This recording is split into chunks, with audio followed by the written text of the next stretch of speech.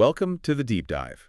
Today, we're taking a closer look at your source material. Now, on the surface, it looks like a pretty standard English guide. Yeah, but it's actually much more than that. We see it as a blueprint, really, for how to communicate effectively. Exactly. We're doing a deep dive into the, let's call it the architecture of everyday explanations in English. Which is, super important if you want to move beyond just speaking the language. Right. To speaking it persuasively, articulately. We're not just listing words here. We're looking at the actual, engineering behind how we justify things. So our mission today is to really dissect those specific tools, the structures English speakers use to explain why. Yeah, the cause behind an action, maybe the reason something isn't possible, the constraint. Or the ultimate goal, what you're actually trying to achieve. And knowing this stuff is critical if you want to get your point across clearly and, quickly sound like you know what you're talking about. It's the difference, isn't it? Between just saying, I didn't go, and explaining, look, I didn't go because the ticket was just too expensive so that I could, save that money for something else. That's it. It's about building a solid case for your actions or decisions. And maybe surprisingly, we're starting with jokes. Well, yeah. It sounds a bit odd, but your sources use humor to make a really good point about cause and effect. Even the silliest jokes often rely on setting up a clear, even if it's absurd, reason why something happens. I love those examples. Like, why are famous footballers like great violinists? Okay, why? Because they're very good players. Players, right. It's a pun, obviously. Playing a sport versus playing an instrument. But the structure, because gives the reason. The linguistic setup is sound, even if the meaning's playful. Precisely. And you see the same thing with the bird joke. Why do birds fly south for the winter? Because it's too far to walk. Exactly. And right there, in that simple joke... you've got limitation already? You've got it. The reason for the action, flying, is because of the limitation of the alternative walking is too far. Okay, I see the connection now. It's clever. And it links straight to that other one, the man at the railway station with a fishing line. Right. Why does he have it? Because he wants to catch a train. Again, the structure provides the reason, his goal, even if it's totally ridiculous. So these little jokes, they actually lay the groundwork perfectly for understanding how we talk about rejection limitations. And also how we talk about our intentions, our goals, which is where we're heading next. Yeah, right? that's right. Okay, let's unpack section 1 then. The language of limitation and rejection. Focusing on to versus enough. This is really the toolkit for saying no. Politely, or maybe not so politely, but giving a reason. Well, yeah. When someone suggests something, maybe a trip, a project idea, even just buying something and you need to turn it down. You need a reason, a justification. Exactly. You can't just say no. Well, you can, but it's not very constructive. Your source material points out these 4 fundamental reasons or constraints that seem to cover most refusals, especially in the physical world. These seem to be the foundations for that classic why not conversation. Someone says, hey, would you like to go to wherever? Morocco, maybe. And you say no. And they ask, why not? And your answer starts with because. Okay, so what are these core constraints from the sources? Well, the examples given are great. You might reject Morocco because it's too hot. Okay, temperature, that's one. And then maybe Canada because it's too cold. Still temperature, the opposite extreme. Got it. Then you got distance, rejecting Australia because it's too far. That brings in time, logistics. Makes sense. And the last one, probably the most common. You guessed it. Switzerland. Rejected because it's too expensive. Cost. Right. So heat, cold, distance, cost. If you really think about it, almost anything you might turn down, any activity or project, probably runs into one or more of these, right? Temperature or maybe general environment, comfort. Yeah, or time and logistics, like the distance thing. Definitely cost. Financial viability. It's amazing how often it comes down to one of those. That's actually a really practical point. If you're in a meeting, say, and you need to push back on an idea, instead of just saying, I don't like it, which sounds subjective, right? You could frame it using these constraints. Well, the timeline is too tight, or the market research suggests it's too risky right now, or, the initial investment is just too high. Exactly. The underlying structure is the same, whether it's a holiday or a business plan. It makes your objection sound reasoned, objective.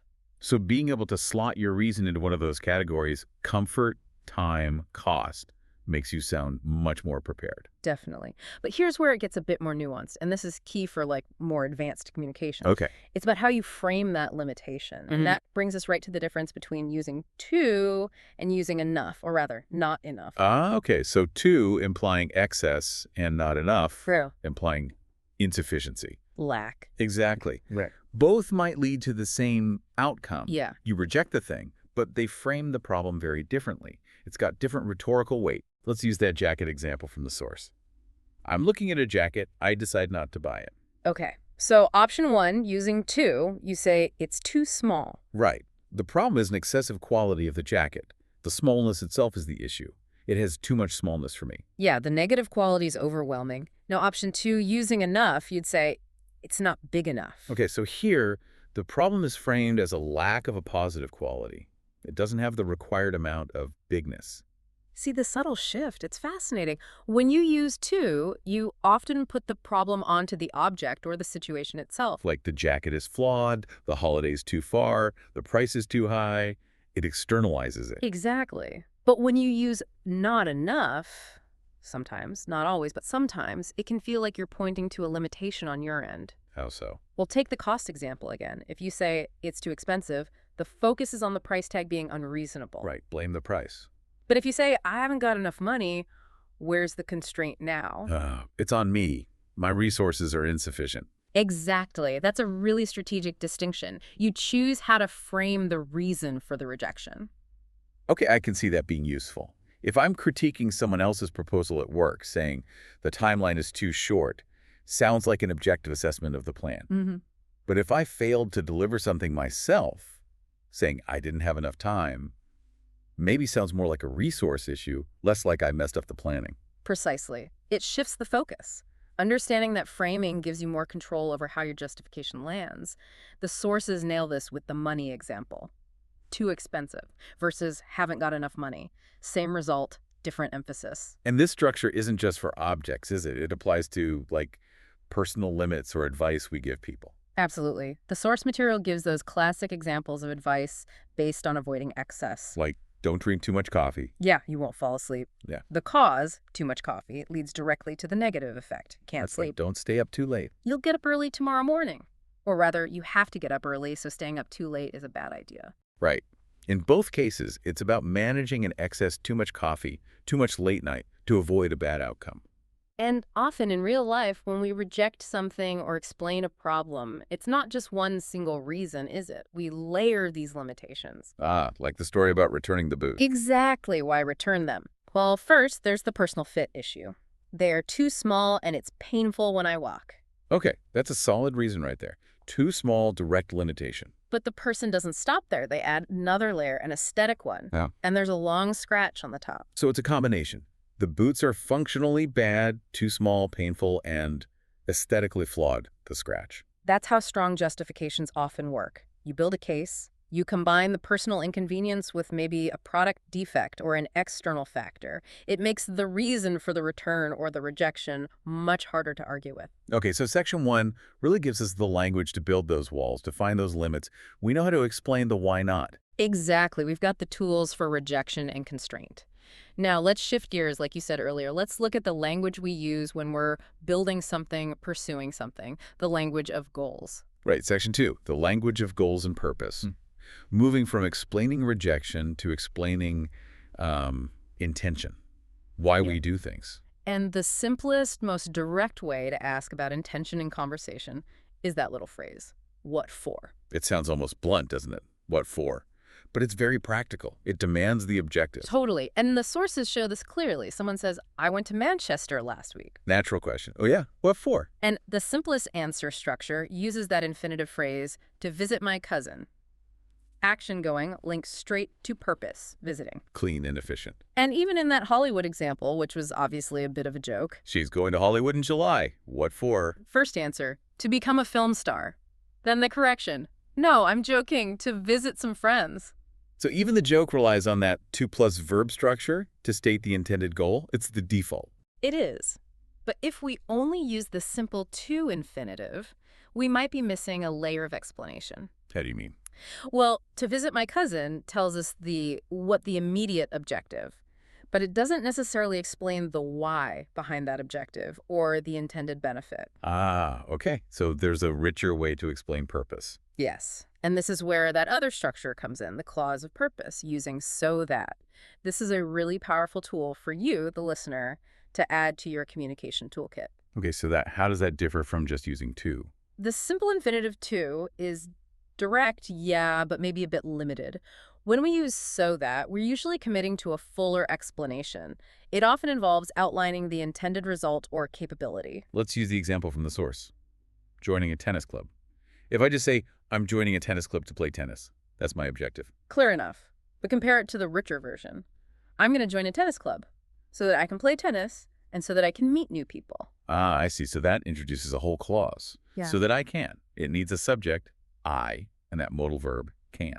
Exactly. And that structure allows you to spell out the desired outcomes or benefits much more clearly. It links the action, joining the club, not just to playing tennis, but also to the social goal of meeting people. It turns a simple statement of purpose into more of a justification, showing multiple reasons or benefits. Precisely. It shows more thought, more planning behind the action. If you're trying to justify something significant, like joining that club, or maybe taking a course, moving jobs, using so that to explain the intended benefits is often much more persuasive than just stating the action with to. It signals a strategic reason, not just an impulse. Yeah, it communicates the why behind the what for. And does this so that structure work okay for past intentions too? Perfectly. The modal verb just adapts. Remember the golf club example? Oh, right. The person joined, but then it rained. So if someone asked why they joined in the past, the explanation would be, I joined so that I could play golf. Could instead of can. Right. The shift from present-future possibility to past possibility, could, shows the intention existed at the time of the past action. The structure is flexible across tenses. That's a really useful technical point. Adjusting that modal verb can, could, will be able to lets you pinpoint the purpose across time. Exactly. And we can tie all this together by looking at the most practical application for anyone learning English, explaining why you're learning it. Okay, this is where the reasons, because, and the goals, so that, really come together. Your source material does a great job separating these motivations. First, you have the immediate reasons, the internal drivers. These usually use because. Like what? Things like, because I need English for my job, or because I'm just interested in languages, or maybe because I enjoy traveling and English is useful everywhere. Okay, those explain the current situation or personal interest driving the action, the root cause. Then you have the second category, the forward-looking goals, the desired future outcomes. And these are typically expressed using so that. All right, so examples would be? Things like, so that I can understand films in English without subtitles, or so that I can read Shakespeare in the original, maybe. Or the very common one, so that I can get a better job. Exactly. These define the payoff, the reward you're working towards. And often, the most compelling explanation combines both. How would that sound?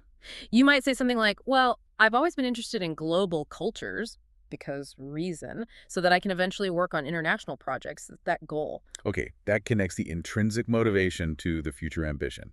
That definitely sounds more persuasive, more complete. It shows the listener the whole picture, the push and the pull. Right. So we've got the mechanics of why not using to and enough, and the mechanics of what for using to, and so that. Now, let's see how these play out in more complex real-world conversations. Section 3, case studies. Yeah, these dialogues are great because they show people naturally weaving these structures together, sometimes logically, sometimes emotionally. First up is that discussion about the TV advert for sunshine travel. This feels like a classic example of professional judgment clashing with practical limits. Definitely. So the objective is clear. Advertise holidays to places like Canada, Barbados, Hong Kong, Jamaica. But right away, they hit a problem. The initial ad was much too long.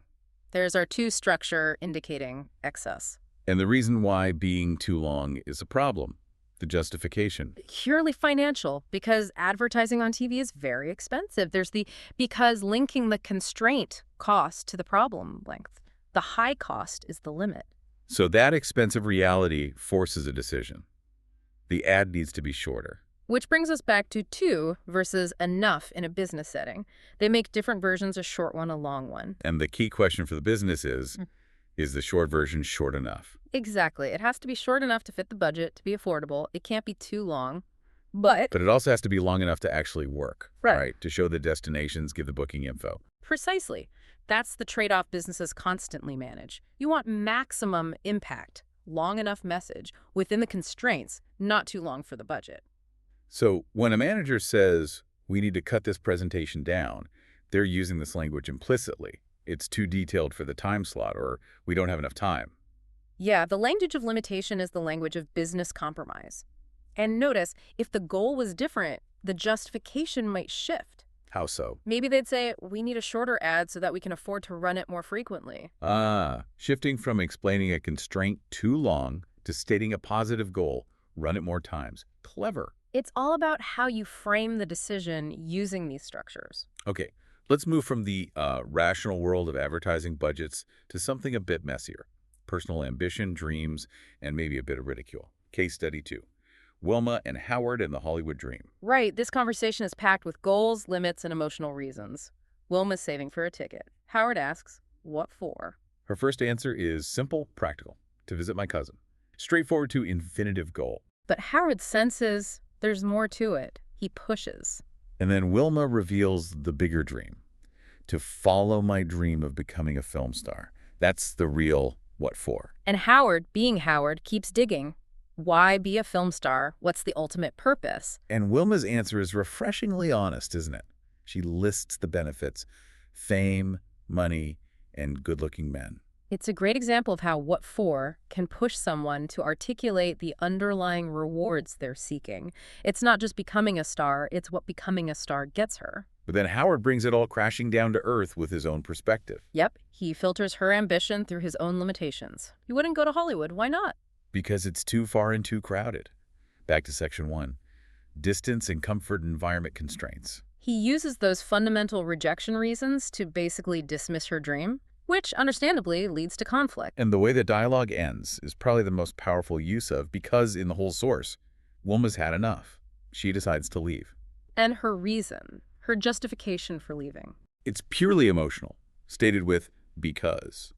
I am leaving because I am tired of being laughed at by a big fat jerk like you. Boom. The action, leaving, is directly caused by her emotional state, being tired of ridicule. It shows that because works just as powerfully for emotional reasons as it does for logical ones like cost or distance. It connects the cause to the effect, period. That whole exchange really pulls together all the threads. The goals, to visit, to become, the limitations, too far, too crowded, and the ultimate cause for action, because I'm tired. Yeah, it's a microcosm of how we use these structures constantly in real conversation. So we've really dissected the anatomy of explanation here, defining limits, stating purpose, giving reasons. And hopefully, for you listening, you can see how mastering these structures gives you a much more robust way to explain yourself.